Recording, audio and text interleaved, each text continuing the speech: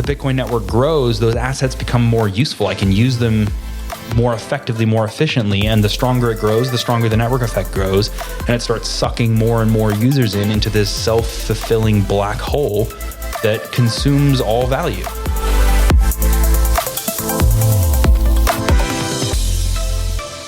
Hello and welcome to Bitcoin and the Bible, a show for Christians who love God's Word, care about sound money, and want to learn about the moral case for Bitcoin. Join us as we hold fast to God's Word and hodl Bitcoin.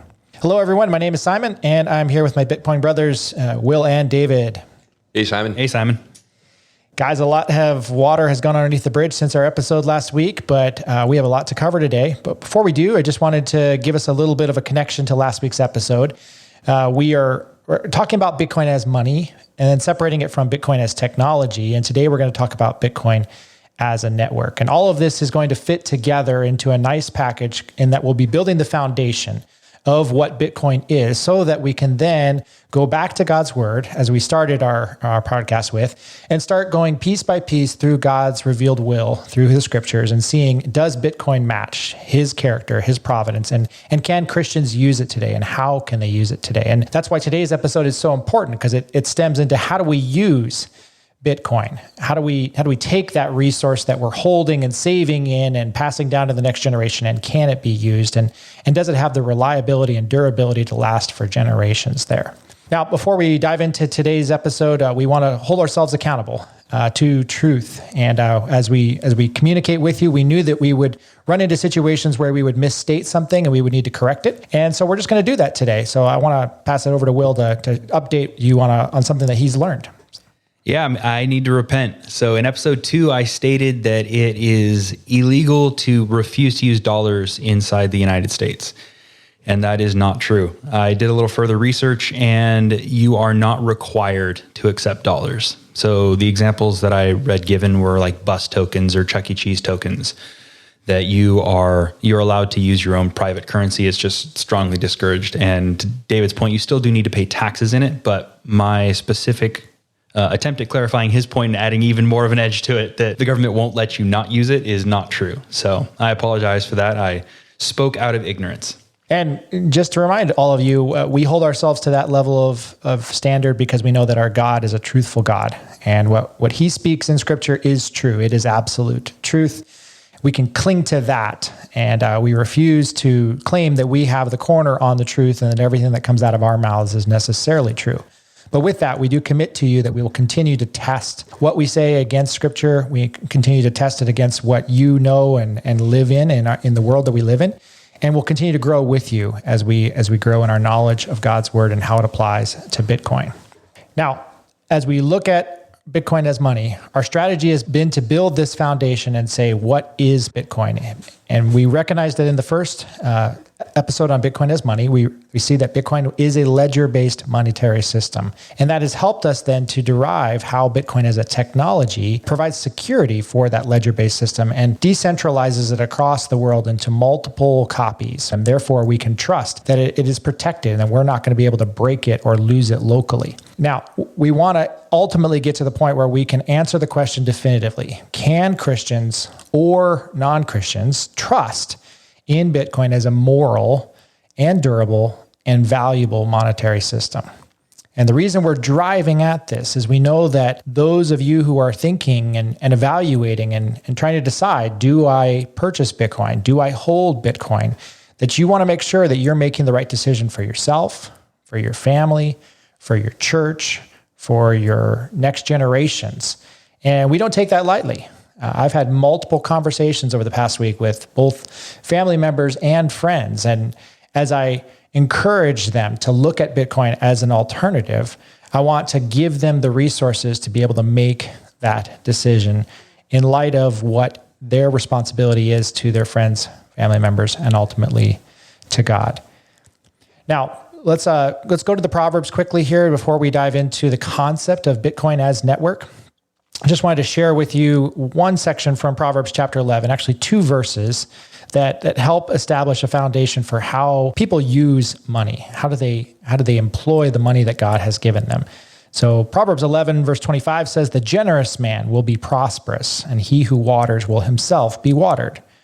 Verse 26 says, "He who withholds grain, the people will curse him, but blessing will be on the head of him who sells it." So I think this speaks to the reality that, yes, we are encouraging you to hold Bitcoin and to store value for the next generation, to be able to share that with your children and their children. But we also recognize that money needs to be something that you can use. It needs to be something that you can actually transmit to someone and share with them when it comes time to be generous. Now, that time might be right now. You might want to be generous with somebody who lives in your current state, your current city, your current hometown. But it also might be that you want to share money with somebody across the world. And getting that money to them, it has been a simple thing for most people if they live in a Western country like the United States, where you can use PayPal or another network to basically transmit your money almost instantaneously with very little fees. But in other countries of the world, that's not necessarily true. And we're going to go into some examples of that today as we start to develop the case for Bitcoin as the world's first instant clearance monetary network, an improvement upon what our current system provides for us here. So to get us started, I thought I would just ask the question, what is a network? And we'll build from there. So maybe you want to take a shot at that one first, Will. If I asked you, what is a network, what would you say? A network is a system or group of interconnected things. So the word net at the beginning it shares the same root as a fishing net. So it denotes this concept of interconnectedness and strength. So the more members of this network, or the larger the network grows, the stronger and more effective that it is. So often in telecommunications, you'll see is where networks are applied, and that would be the internet is one large network, or composed of a lot of small networks. But each of those networks is computers that can communicate with one another over a pre-agreed upon set of rules for communication. Yeah, I like that. And I think the imagery of a net and the strength that a net provides, right, makes me think of how God designed spiders to build nets that have tremendous resiliency and strength to even the worst of attacks, right? They can hold up under tremendous amounts of pressure. And therefore, the concept of a digital network can also borrow from that and can hold energy, hold strength in it, and contain that strength in a way that shares it with every piece of the network that touches it there. So maybe then let's think about another question. What are some examples that we can think about and picture of current networks and how they became valuable or even indispensable to our world? An obvious example to me of networks is the telephone network. And this exhibits one of the properties of networks, which is Metcalfe's law, that the value of a network is proportional to the square of the number of its users, which, to simplify, just think about telephones. If there was only one telephone in the entire world, it wouldn't really do much. It wouldn't be much good to anybody. You add two telephones, and now two people can talk to each other. But as you start adding more telephones into the system, the power and usefulness of that network is growing exponentially. With each added user, the number of different connections that can be made is growing exponentially. So phones, roads, the more roads you have, the further you can go, the more reach and connectedness you have. I was thinking about within a church, a small group ministry within a church can add tremendous strength to the church through the connectedness of the members. If you're part of a large congregation that has no way to break itself down into smaller components and be connected to each other, then there's not a lot of strength in that. Strike the shepherd and the sheep will be scattered. They're kind of all dependent on one person. But if you have a robust and vibrant small group kind of ministry with shepherds and so forth, then the church is far stronger. And so that seems like that's a human network that adds strength and resiliency to a local congregation. Yeah, I think of information as well and how quickly information travels. I remember sitting at a recent conference where we were learning about Charles Spurgeon and just being shocked that the information that Charles Spurgeon preached on a Sunday could be transmitted across the Atlantic Ocean and could arrive in the United States and be shared in the newspaper the next morning with those who wanted to hear about that. That's really powerful because we think about how networks share and transmit information across both space and time. And storing that information and using it is one of the keys that a network unlocks. And I like to also kind of think back to the analogy of how networks don't function well, right? So I hate to be picking on gold, but the reality is if I want to sell gold, it's very difficult to find an immediate buyer. I literally have to often either drive somewhere or mail my gold somewhere physically to find a buyer that will be willing to pay for the gold that I want to sell. It starts to point to the reality that when a society doesn't have a network, things get more clunky, they get more expensive, they get more difficult, they get more painful for us to navigate when we're not using or taking advantage of the resources of a network. So now that we've gone through the definition of a network, again, we're trying to tie together the reality that Bitcoin is a monetary network. It's becoming more and more so each day. And one of the primary advocates for and proponents for Bitcoin as a monetary network currently in our world is Michael Saylor. Now, some of you know that name, and some of you might need to be introduced to him. Michael Saylor is the CEO of a company called MicroStrategy, and it's a software company, and he is a well-educated man, went to MIT, and has a great foundation of knowledge, both from having run his own business, served as a CEO of a publicly traded company, but obviously having seen and written about the growth of networks, of technology companies over the past 10 to 15 years. He speaks from a level of experience, and he has done an excellent job of basically describing of how Bitcoin is the next network that will dematerialize the information that other networks or lack thereof have basically been built on. So maybe, Will, if you could give us a couple of examples there of ways in which networks have grown over the past 10 to 15 years. We can look at examples like Netflix and Blockbuster. Blockbusters were everywhere. They had this large analog network of retail distribution of rented movies. And then the digital version came along, which was Netflix. And in the early days, Netflix would just mail you DVDs, and Blockbuster didn't really see the value in it. They didn't see a threat because the internet wasn't ready to stream movies. And then it was all of a sudden, and Netflix started streaming movies over the internet. And now you have a digital network that can transmit that information at a scale and a speed that no analog system could ever hope to compete with. What was Blockbuster's biggest asset, which was having a retail store on every corner, now became its biggest liability. In this new dematerialized world, all of those retail spaces were costing them insane amounts of money, and they couldn't compete. They didn't know what to do. So they added candy aisles. And went bankrupt. And you see that again with Amazon and big box retail stores. So Amazon came in and they dematerialized the storefront. They digitized it. And now everyone can access a storefront, and you can search it and you can find exactly what you need. And they are connecting buyers and sellers globally at a speed that was unimaginable in a retail store. To have a retail store, you have someone whose job is to look at the store and figure out what kind of product should we put on this shelf. We have limited shelf space. What should we stock? Amazon flipped that model and said, what if we just stock everything and then we let the customers rank the items themselves, and now we can just surface the customer's recommendations. And now we don't have to do that at all, and we can let the distributed power of society figure out the best fit for each product. And big box stores have suffered, and a lot of retail stores have gone under. Indeed.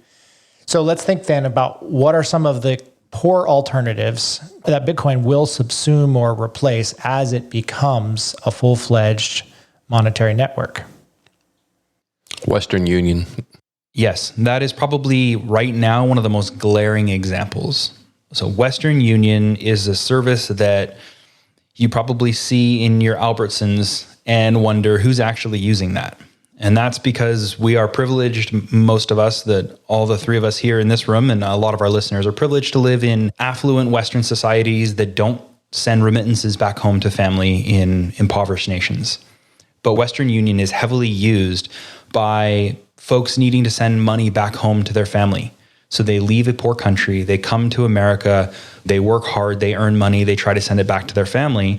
And the good folks at Western Union only take somewhere in the ballpark of 20% cut on the way through. And the reason that they do that is because they are the only ones who have gone through the hassle of setting up a monetary network that meets all of the regulations to fit into the existing banking system. So to transmit money between nations, there's a ton of paperwork. And Western Union has gone and done all of that paperwork, and they sit there and they lord over their exorbitant privilege of being the only ones with access.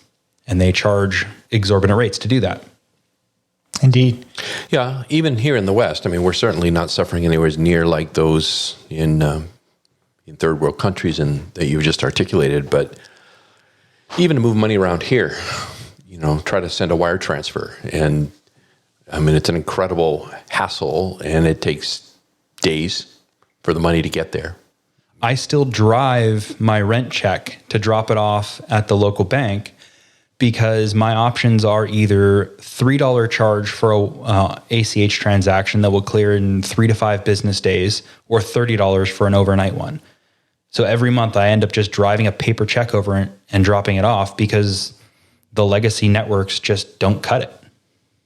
Yeah, and you even see that when you're doing business, right? If you want to take online payments and you're a small business, you're going to go through PayPal or Stripe or Square, and you're going to pay 3.9% plus a service fee, such that you're basically almost trying to talk your customers into paying you in cash just so you can save on the fees that you would have to pay if you're trying to make it easy on yourself and others by taking a digital form of payment. Right. It's easy for the customer to swipe their card. It's the merchant who bears the brunt of the costs of moving money through the legacy system. I would venture most customers have never stopped to wonder where the rewards points for their credit cards are coming from, and they don't realize that it's the merchants that are paying for them. Indeed. So it begs the question, right? We don't expect that you're never going to pay for fees for anything in a future where you're using the Bitcoin monetary network. But one of the things we are driving towards is the reality that you don't have to. The world is not built on the reality that you have to have these fees in place. And that's where I love where we are going. We're recording this episode tonight on September the 6th, which is the day before El Salvador adopts Bitcoin as legal tender. And for those of you who know the historical background and development of this over the past couple of months, forgive us that we've talked to a lot of people who have not heard this before. So we'd like to just give a brief recap of the reality that El Salvador is a nation that has been kind of destroyed. It has lost its own currency and has forced to adopt the US dollar as its currency, thereby tying itself to the US monetary policy. And as the dollar goes, so El Salvador goes.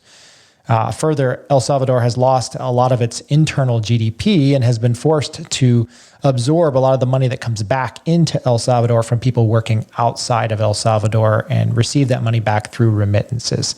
So that has created a situation where a lot of money and a lot of danger is created for the people in El Salvador, or a lot of money is lost for the people in El Salvador by virtue of the legacy system, the Western Union of the world, where a person working and living in Miami, for example, wants to send money to their friends or family back home in El Salvador. They're forced to pay the fees that it takes to wire that money to their family member in El Salvador, forcing their family member to walk, bike, ride, however long that distance is, to the local Western Union office, where it's often a very dangerous place to walk into and back out of with money in your pocket, just to get a portion of that money that was originally earned. And a significant portion of El Salvador's GDP comes into El Salvador in the form of remittances and comes to people who are predominantly unbanked. The figure that I've heard is 70% of El Salvador is estimated to be unbanked. So we're rejoicing in the reality that in God's good providence, through a president that we have no idea how whether he is a good individual or not, but we rejoice in the good decision that he has made to basically allow Bitcoin to be legal tender in El Salvador alongside of the US dollar.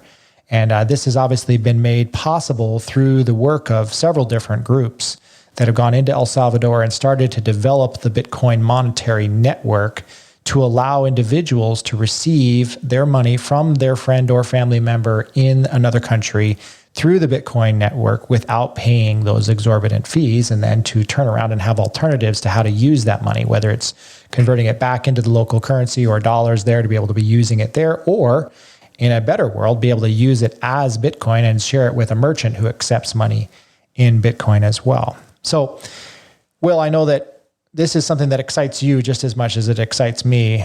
Both of us, when we hear the CEO of a company called Strike a man named Jack Mallers talk about this project and where this is going, we get excited because we see the potential for what Bitcoin as a monetary network can do, not just for countries like El Salvador, but for countries all around the world. So maybe share a little bit of that passion that we've inherited by listening to Jack Mallers talk. I would love to. I think before we can really understand the significance of what you were just talking about, it's important to maybe draw some lines that maybe other people wouldn't have thought of or don't really understand. So if I PayPal you some money, I'm not really sending dollars. Dollars haven't moved in the system at large. I'm moving IOUs inside the PayPal account, and it doesn't settle instantly. In fact, it settles sometime nearly a month later, when the final underlying dollars have finally irrevocably settled. That's why I can't PayPal a Cash App user. I can't Venmo a PayPal user. These are closed monetary networks.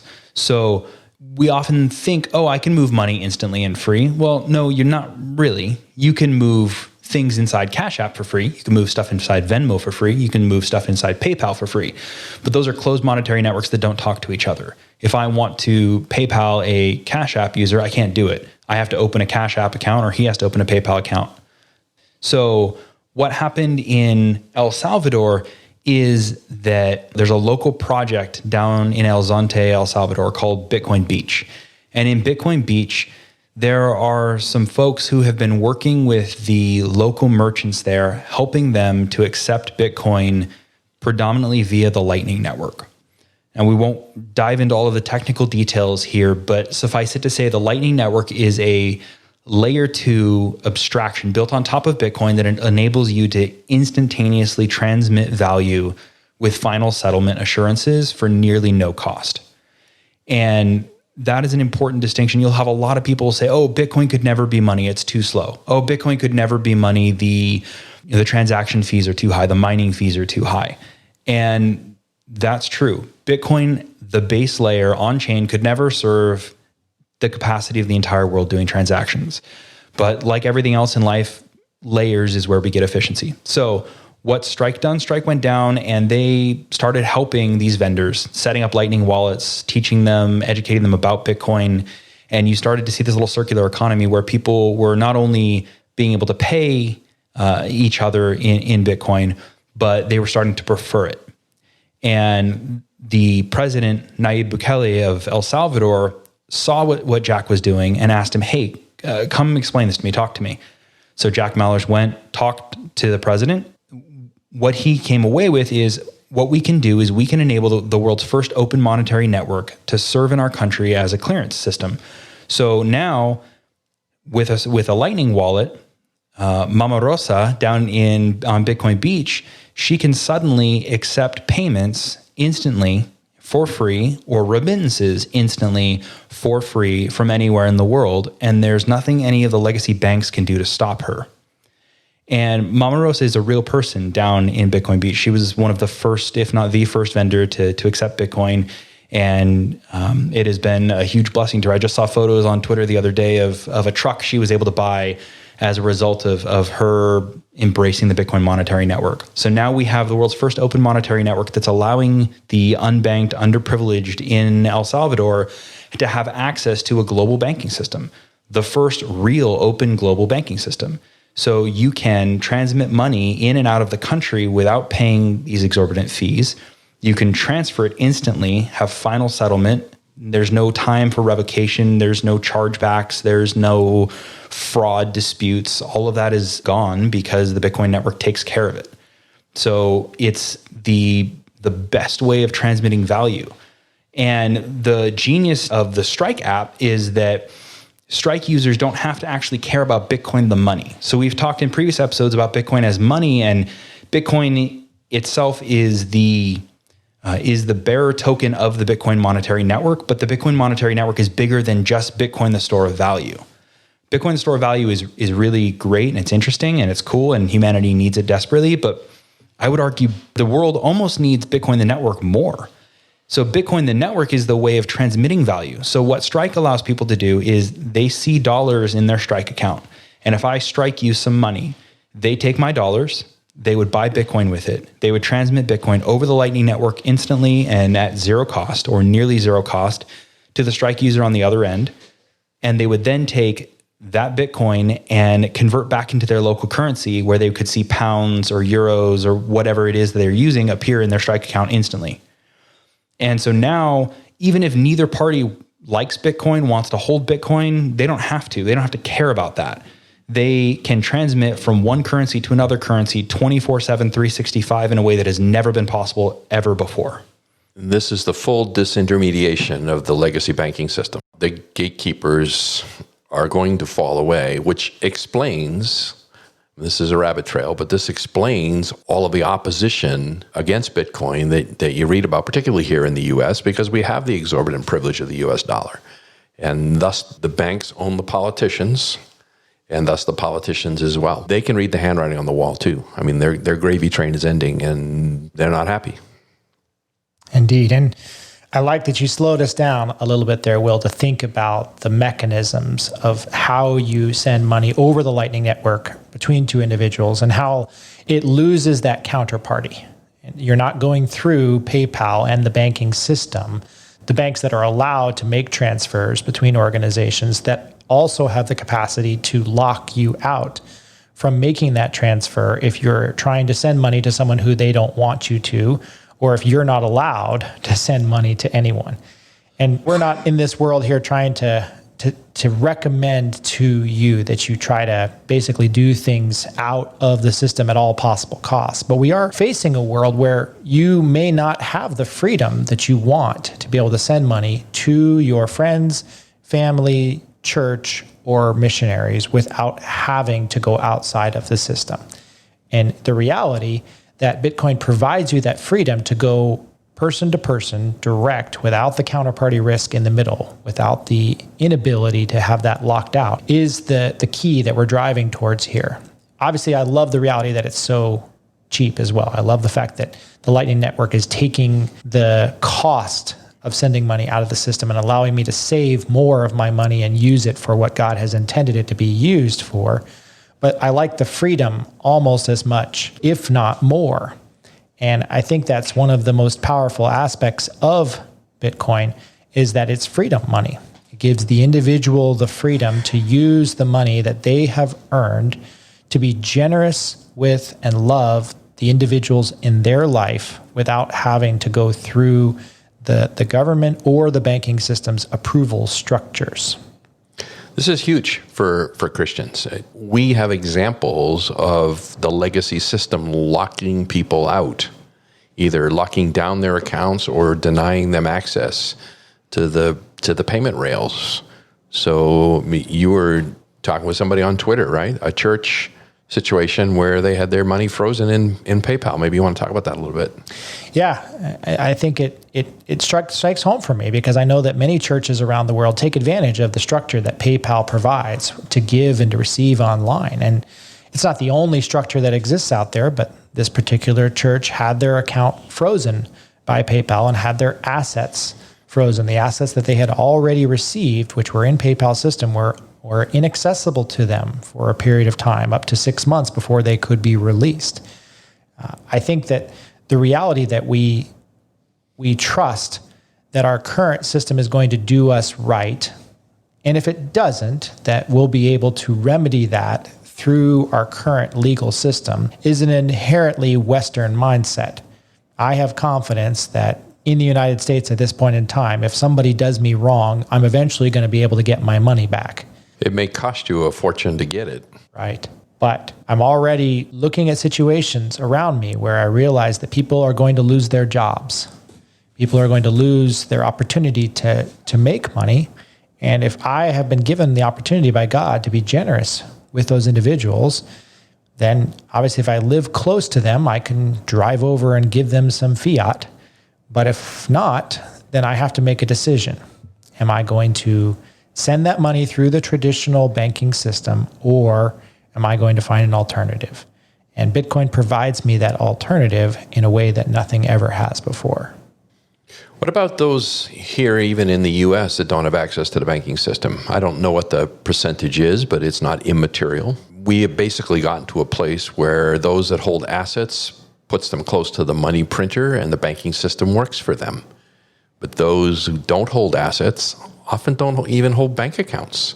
And so they're forced upon alternatives, whether it's payday loans or pawn shops or whatever mechanism they have to either move money around or to try to store value or whatever. And the interest rates in that realm are exorbitant. I was just a few months ago reading an example of some kids who figured out that they didn't have bank accounts. They were unbanked. They figured out that they could use GameStop as their financial system. So they would go in and they would pre-order games and use the down payment as their method of depositing. And they could then later go to another GameStop in another area of town and cancel that pre-order and get the money back. At the time, it seemed, oh, that's kind of clever and funny. But to stop and think, no, that's the symptom of a monetary network and a monetary system that's not really open to everyone. And I think that for those of us who've been privileged enough to have bank accounts our whole life, we don't really understand what that's like. Indeed. So this begs the question. There's so much promise here, but we recognize that we're not fully there yet. And to be fair, Strike is not available across the world yet. We'll obviously recognize that, or mention that it's going to be available in El Salvador initially, which is one of the first international countries outside of the United States. But even in a place like Canada, it's not available yet. So we're not there yet. And I think we just need to ask that question. What needs to change or improve in Bitcoin as a technology, a monetary network, before its capacity to serve as the world's monetary network is fully realized? So the great thing is that because Bitcoin is an open monetary network, in some senses, it doesn't matter if Strike is available in your country yet. So let's say I live in Taiwan and Strike is not available there. Well, it's not really a problem. It's just a minor inconvenience. I can still go to my local Bitcoin exchange, buy Bitcoin with whatever my local currency is, send that Bitcoin over the Bitcoin Lightning Network or through on-chain transactions to a Strike user in America. I'm still interoperable with them because it's an open network. And if Strike has a competitor in Taiwan that operates on top of the Bitcoin Lightning Network, Strike and that competitor will be interoperable with one another. Because Strike is not building its own closed ecosystem walled garden. They're simply operating on top of an existing open network. That's a huge point. So earlier you referred to, if you've got PayPal, you got to be in the PayPal network, or you got to be in the Venmo network, and they don't talk to each other. And so the barriers to entry, the friction is high in these. But what you're talking about now is there could be many innovations, many different interfaces, but they'll all travel across this open monetary rail. So imagine for a second a world where every bank account is able to natively talk to every other bank account without clearance fees and clearance time, or where PayPal and Venmo and Cash App are all completely interoperable. Use the app that you like, and you can send to anyone else, anywhere in the world, 365, no fees. It just works all the time. That's what's being built right now. And it exists. There are room for improvement. So Strike is the first. It won't be the last company that sees this and starts innovating. Strike is, I believe, destined to be one of the largest companies in the US. There is so much market here for them to eat. Venmo and Cash App, PayPal, they're dead. They may not realize it yet, but they're dead because their value comes from their proprietary walled garden. Their value only grows if their walled garden grows. Strike's value grows every time a new competitor joins the network, right? So if there's a new compelling app in Malaysia, that just added more potential users for the Strike network because Strike is built on top of Bitcoin. It doesn't have its own network. It doesn't need one. So it's additive. Genius. Will, I know we use a term that I think we should define and introduce to the audience that has not heard of it. We use the terminology network effect. Is what you just referred to there an example of a network effect? And if not, what else is it? It is a network effect. So a network grows and becomes more useful the larger it gets and the more interoperable it becomes. So the network effect is that as the network grows, it becomes self-feeding, right? Why are there 7 billion Facebook accounts? Because for most of the world, it's just an expectation that you're going to have one. Now, there's lately been a bit of a backlash and movement to get rid of your Facebook account, but predominantly everybody in the world has a Facebook account. So as Facebook has grown and as the number of its users has grown, the network effect has grown, right? So there's not another Facebook, right? So if I created my own Facebook, let's call it MySpace, right? So what happened? How did Facebook beat MySpace? MySpace came along, they started to really pioneer social networking, and it was great. And Facebook came along, but MySpace was still pretty small. It was relatively niche. And Facebook worked well on mobile.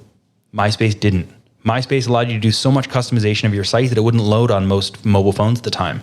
Facebook was really streamlined and simple, and thus you could use it from your phone because they understood that mobile was the future. So they killed MySpace in its infancy. It really wasn't around for very long. And now as Facebook has grown, there's a reason that you don't really see any competitors anymore. And even when large corporations try to launch their own, like Google+, it doesn't matter. The network effect will kill it. So you would have to go and get 7 billion people to turn and create a Google+ account. And for what? They could do the same thing. So it doesn't have to be a little bit better than Facebook. You would have to have something that's 10 times better than Facebook in order to get someone to be able to switch. And with an application, the network effect is strong, but it's not unstoppable. But with money, the network effect is even bigger, because if my money is in one network, it by necessity can't be in another network. So with a social media application, I can just have two on my phone, right? So say there's a new one that comes along, I download it, install it. Well, if this thing catches on, I'm already there. But with money, I have to make a conscious choice. Where am I going to put my assets? What network are they going to reside in? And so I have them in the Bitcoin network. As the Bitcoin network grows, those assets become more useful. I can use them more effectively, more efficiently. And the stronger it grows, the stronger the network effect grows. And it starts sucking more and more users into this self-fulfilling black hole that consumes all value. So the MySpace Facebook comparison brings up an interesting question. And David, I know you've voiced this, the concern that we've thought of and heard from others of what happens if Bitcoin is just the next network, and why can't it be replaced by something better than that? That is, I think, one of the huge questions that I had to deal with, and that people, particularly of my generation, it's a real obstacle that has to be overcome. So Bitcoin's amazing. But what about 20 years from now when something else comes along and all of a sudden, Bitcoin is just pushed off the world stage? What's to stop that from happening? At $1 trillion market cap, Bitcoin has entrenched itself as the network. And it is no longer an idea, it's a foundational protocol. It's the same reason why in the early days, there were multiple competing standards for the internet. And there was the OSI model, and there was the TCP/IP model. And there was competition over what's going to win. And once it was resolved, no one's ever looked back and tried to change it. No one's coming along saying, I'm going to make Internet 2. Right? I'm going to totally change the game, and I'm not going to be interoperable with this network because it's just better. That's not how that works. The internet is everywhere. And now if I come up with some radical improvement, the internet will just consume that improvement and make itself better. So we could talk about autonomous vehicles. Let's say that autonomous vehicles take over in the next few years and become really popular. They're going to still have to operate on the same legacy system of roads with speed limits and stop signs and stoplights that were built for the manned vehicles. Why? Because the network of roads exists and it's not up for debate. But autonomous vehicles would be an improvement. And so over time, those improvements would make their way into the protocol. And eventually you might see speed limits get removed as vehicles are able to judge for themselves what's the best safe speed. Or stoplights no longer become necessary if the vehicles could communicate with each other at high speed and ensure that they're not going to have a traffic accident as they reach an intersection. But all of those improvements would be built on top of the existing network. No one's going to go and propose that they just build a whole new set of roads, right? You couldn't do it. You couldn't build a new internet. You can't build a new system of roads. You can't build a new Bitcoin. Bitcoin is a one and done discovery. It's not just a MySpace that's going to be surpassed by a Facebook. Because Bitcoin solves the fundamental problem with money. We have absolute digital scarcity. And we've taken that absolute digital scarcity and wrapped it in the first monetary network that not only is open and permissionless to all, but can transmit value at distance, which, as we've talked about before, has never been done before. So we've never had a perfectly engineered scarce money, and we've never had a monetary system that lets us transmit that perfectly scarce money at great distance. These are two separate ideas that we are so fortunate to be able to see put together in one amazing package. Indeed. And you might be thinking to yourself today, well, Simon, I don't really need to send money to somebody in Zimbabwe. Why do I care about this? But I think that the concept of network effect is also something I want you to see, even if you only intend to hold Bitcoin as your primary store of value. The concept is that if something is making Bitcoin better across the world, it's making the Bitcoin that you own more valuable. In other words, if someone is innovatively developing a way to use Bitcoin in South Korea in the middle of the night, you wake up the next morning and your Bitcoin is more valuable because the network has absorbed that innovation, that energy, the creativity that God has given to his people to use the money that they have wisely. And that's huge for me because I love the fact that we live in a world where God has created people all across the world with this capacity. So even though I don't necessarily need to access Bitcoin as a monetary network today, the reality is that it's already preparing me for tomorrow while at the same time contributing to what Bitcoin is as a store of value. The El Salvador announcement and the news of what's going to happen in El Salvador in September is going to teach us a tremendous amount about what Bitcoin can do for the world, and other countries will be watching to be sure.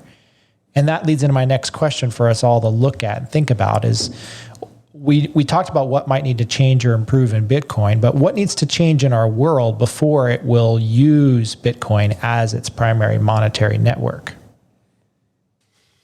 You're going to have to convince old fogies like me to use it, which means that we're going to have to turn our back on the way we've been taught and brought up and what has worked for us. And I'm talking now in the Western world.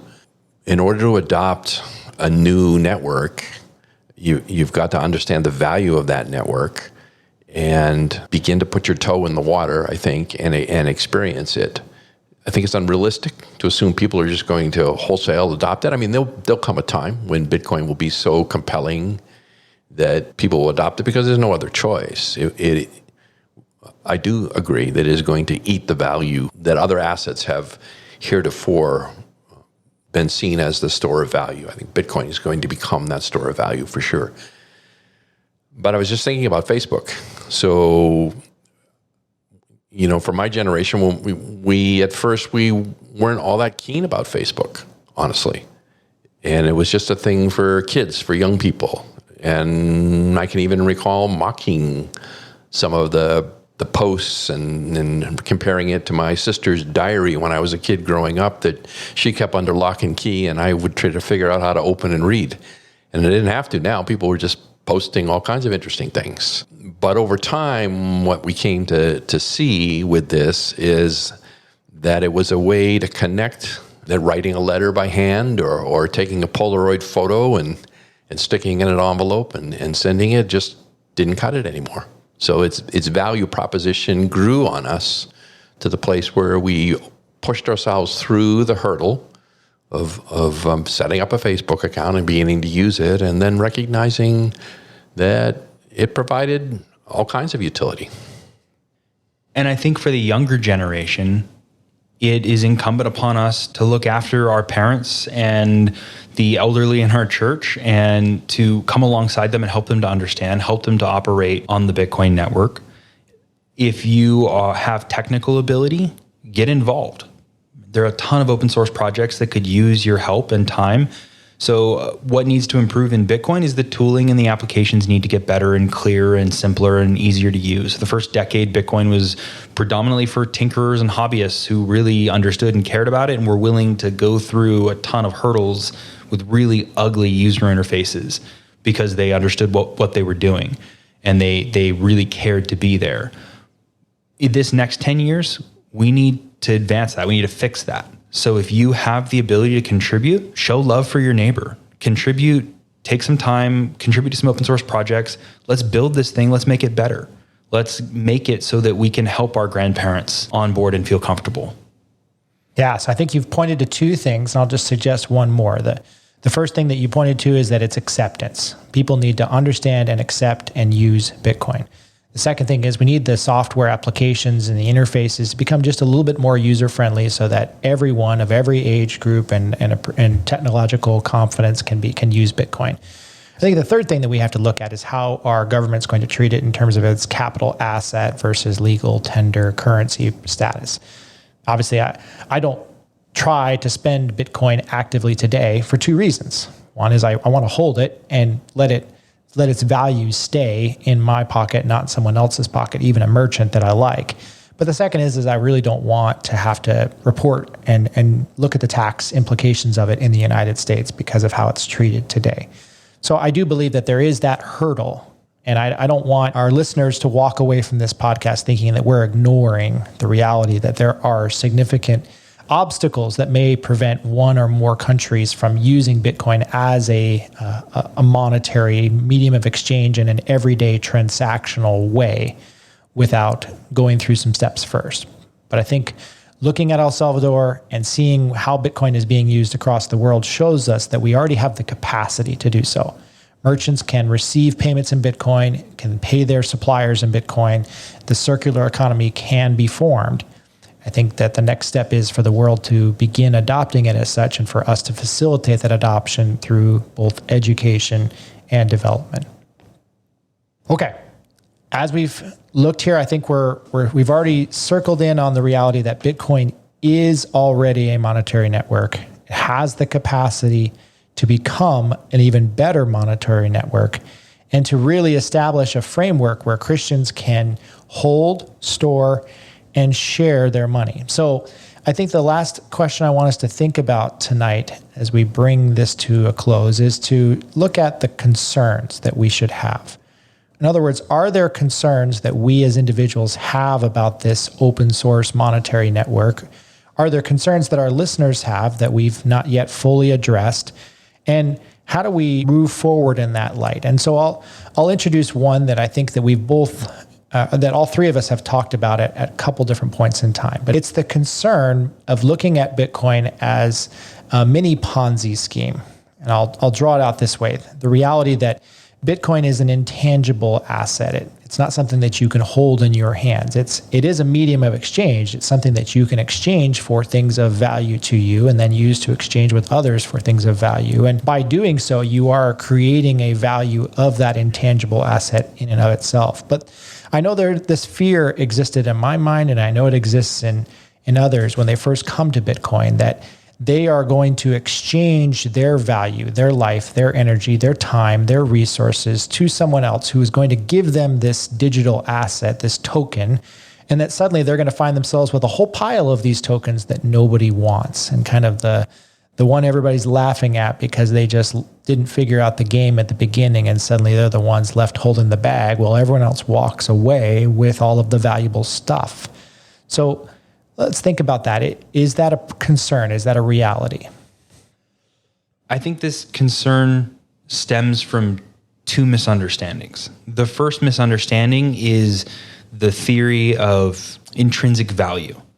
So people think that everything has an intrinsic value, and they look at Bitcoin and they say, well, it doesn't seem to have any intrinsic value, and so it must just be this game of hot potato, where as long as I don't hold on to it for too long, then I'm not going to be the one that gets burned. The theory of intrinsic value is a much deeper endeavor to study, which I would recommend to go look into it, and I think you will come away rapidly convinced that there is no such thing as intrinsic value. A off-the-cuff example is if you were on a deserted island and you were starving and someone had a bar of gold and a cheeseburger, you would rather have the cheeseburger than the bar of gold. It doesn't matter that the bar of gold is quote unquote more valuable. To you, it's not. The burger is more valuable, right? So the free market will decide value based on utility and on network effect. So gold is not at however many dollars it is currently, 1,800. I assume it hasn't moved much, because there is intrinsically $1,800 of value in gold. Gold is $1,800 because that's the demand for gold in the free market. So if we understand that Bitcoin has no intrinsic value because nothing has intrinsic value, but the value is derived from the needs of the free market, then we can feel a little more comfortable holding an intangible good. All we've done is we've separated out the monetary concerns of gold with the utility concerns of gold. So now we just have a pure monetary asset. We hold intangible assets in your bank account. It's nothing but digits on the screen of a computer, which they're happy to replace with other digits, but you can't touch it. I mean, unless you're the kind of guy who's going to hold it all in paper, then you have an intangible asset. Exactly. That is being inflated away at 20% a year. And the second misunderstanding is really just a restatement of something that I just talked about in the first, which is that the network effect of money drives its value. So if I walk into the local 7-Eleven with some glass beads to try to pay, no one else cares that I have glass beads. That's not a valuable currency. They're not on my monetary network. So the value is not very high. As more people onboard onto the Bitcoin network and they desire to hold Bitcoin, it's perfectly scarce. So the Bitcoin that's available for sale that people are willing to part with has to be divvied up and is divided by the number of dollars or euros or whatever that people are looking to exchange for it. That drives the price up. So Bitcoin, you're seeing two things. You're seeing a monetary network that is growing because of the network effect of a digital network dematerializing an analog, which we look back at the Netflix Blockbuster example. We know that has massive exponential effects. So it's growing rapidly, which explains a lot of the giant pumps in price. And the second reason that the price is going up is because your unit of account is wrong. Don't look at your Bitcoin and think it's volatile. It's not. Yes, it's appreciating in value because the network is growing, but I would argue predominantly it's really appreciating in value because the fiat that you're measuring it against is falling. So you would not look at the dollars in your bank account and compare them against bolivars every day and say, oh man, look how much richer I am because the bolivar has crashed. Right? You wouldn't do that. Your unit of account is dollars. You're thinking in dollars. You're looking at dollars. You would just say, oh no, I have the same $32 yesterday and that I do today, right? Nothing has changed. Look at your Bitcoin the same way. Once you have the Bitcoin, one Bitcoin is always one Bitcoin. It doesn't matter what the dollar is doing. The Fed is doing their best to print it to oblivion. It's not volatile. It's the only stable monetary system in the world. And if you were like me last year and you went through the analysis and said, is Bitcoin money? Is it fungible? Is it divisible? Is it scarce? And so forth. And you got to all of those definitions and satisfied it with yes. The last thing you were asking yourself is, do people want it? Is there demand for this? Because if there is no demand for this, it doesn't matter how good it looks on paper. People have to want it. And I think that's where you can be the most encouraged of where we are right now in the middle of 2021 is to say it's existed for 12 years and people across the world, governments, businesses, individuals are storing their money in Bitcoin. There's a demand for this. Now, don't get into it just for the demand, right? But recognize that if you're worried about whether people around the world actually want to do business and use Bitcoin, you can be confident that they are. And there's clear evidence of that to this point now. Don't buy Bitcoin thinking that it's just going to go up in US dollars and you're going to trade back out of it again. If you do that, first off, you're likely to get burned. You're likely to get discouraged by the volatility and sell at the wrong place. But beyond that, you really don't understand what's going on. And so it's pure speculation for you to do that. You might as well go to Las Vegas and put your money on snake eyes. Indeed. Bitcoin is not a get-rich-quick scheme. And we are not encouraging you as an individual to look at it as an investment strategy with short-term risk-reward trading behaviors. We are encouraging all of our listeners to look at it as a savings technology, as a mechanism of holding the stored value of their work, their time, their energy, and their creativity, and giving generously to those who need that. I want to encourage you as well as we close tonight and think about this, that I don't want you to lose sight of the big picture. Proverbs 11:4 says, riches do not profit in the day of wrath, but righteousness delivers from death. If you're sitting here tonight and you do not know Jesus Christ, then you need to pick up your Bible and put down that Bitcoin book and read your Bible first and come to know the Lord Jesus Christ, because that is of ultimate eternal value. That is the greatest network of information that can ever impact your life in an eternal way. Once you know Jesus Christ, then obviously we are encouraging you to think about Bitcoin as the best way to take what God has given you to use in this world, in the created world, and that we are to exercise dominion over it and to improve with the technology that we develop, and to see the power of what the network effect does. And for Christians, I think it's never been clearer. We have the capacity to take what God has given us, the ability to save, and to use that for his glory all across this world. Don't miss that opportunity today. So as we conclude today, we want to thank you all for your support and encouragement. And we in turn want to encourage you to trust God, love Christ, and love your neighbor, and save in Bitcoin.